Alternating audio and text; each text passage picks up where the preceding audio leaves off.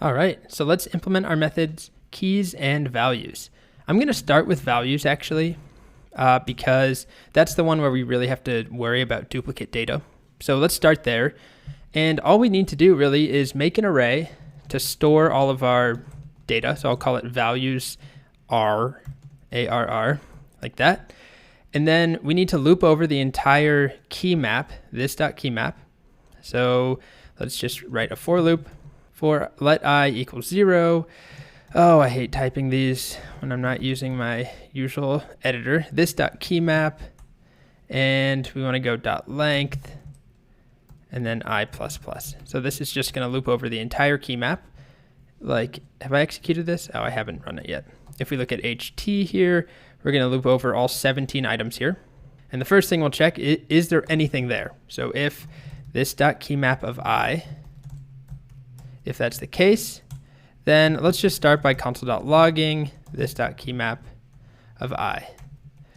And if I run this and then I do ht.values, it's printing out all the arrays that have stuff. It's skipping over all of the empty ones because we're working with something that has 17 slots and we're only using, what, 5, 6 of them?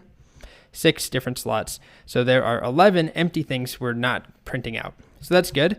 So what we want to do instead is loop over this.keymap of I, because we now need to loop through that and collect all the values and push them into our values array. So we need to go over each one of these and find this item, the second piece. So this is index 0, this is index of 1. Okay, so let's do another for loop. This time I'll do, let's call it j, for let j equal 0. J is less than this.keymap of I dot length. So this.keymap of I is referring to each sub array at that index, j++. Okay, so for each item in there, now what all we need to do is values array dot push, and we only want to push the value, so that is this.keymap of I of j. That gives us the entire thing. So if I did this and I run this ht.values, oh, well, we're not returning anything, so that's useless. Well, that was a very dumb example. Let me add the return at the very end. Let's come down. Where's our correct bracket? Let's do return values array. Okay, rerun the code, ht.values. If we look at it, we are still returning an array that contains both the key and the value. So we only want index of 1 for each one of those items. And if I run it again, we do ht.values, we're now getting all of the values. So we could call it a day here, but then there's also this problem of duplicate data. And like I said, the way a lot of languages handle it is when you do .values or whatever the equivalent is, you only get the unique values. You often don't get all of the duplicates because there's usually no order that's guaranteed, and it could be confusing if you have duplicate data. Usually it's just the uniques. So how would we implement that? Well, the simplest way is before we push it into the values array, we just check, does this key map already, or does the values array already include this item? First, let's get some duplicate data in there. So I'm going to add a purple with this DDA0DD, and let's also add in something else called violet, like this. And so if I rerun this and we look at our values, you can see that we have, what was that? DDA0DD is in there 1 time, 2 times, 3 times. So to prevent that, we'll come over here, and before we push, let's add a conditional. We'll say if the values array dot includes, and we'll use the built-in includes method, this.keymap I j 1. This is the value itself. So each time through, we'll check, does it include DDA0DD? These color codes are not the most intuitive thing for me to be talking about. But if it includes this, we don't want to push. So let's do the opposite. Let's say if not. If it does not include, then we'll push this in. Like that. And let's just test it out now. So I'm using the built-in includes method. So if we try ht.values now, we only get one of these DDA0DD. All right, so that's one way of handling duplicate values so that we only end up with unique values in our data set that we're returning. Then we return it at the end. We just check each time through for each value. Does it already include that value? If it doesn't, push it in. So we could just duplicate the exact same thing and do keys. So change the name of this to be keys, and we'll call this keys array, even though it doesn't actually make a difference functionally. This will be the same. This is the same. This here is also the same, but then this changes. So this is going to be keys value, or keys array, includes this.keymap ij of 0, because our key, each key is stored at index 0 rather than 1.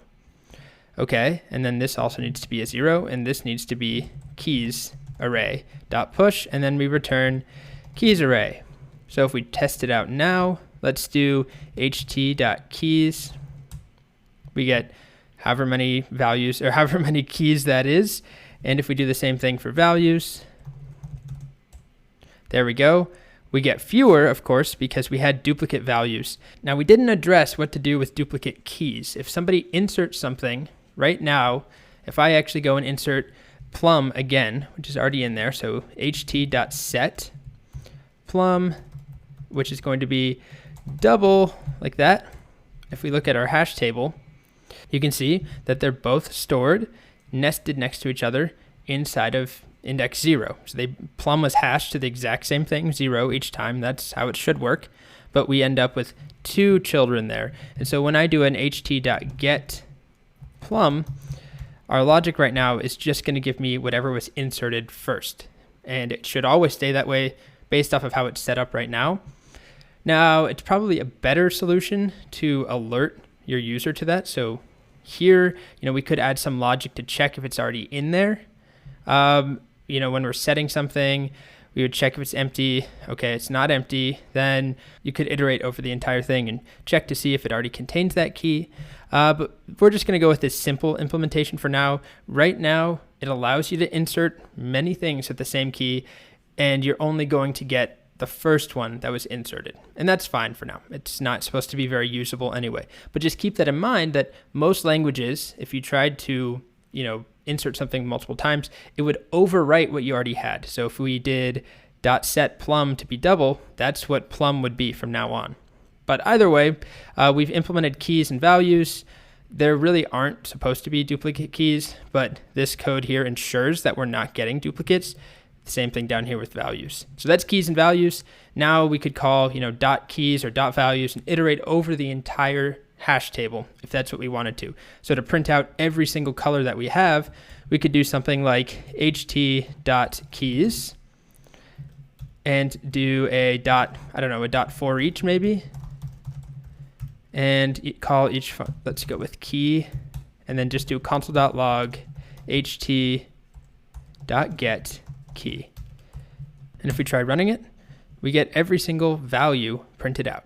And we do have duplicates there because we're using the keys and just getting the value based off of that. And it looks good. So we're officially getting the keys and the values with our separate methods, and we can iterate over them now. All right, so that is the basics of hash tables. Again, not sophisticated, not something you should really use in this implementation, but hopefully it makes sense how it works.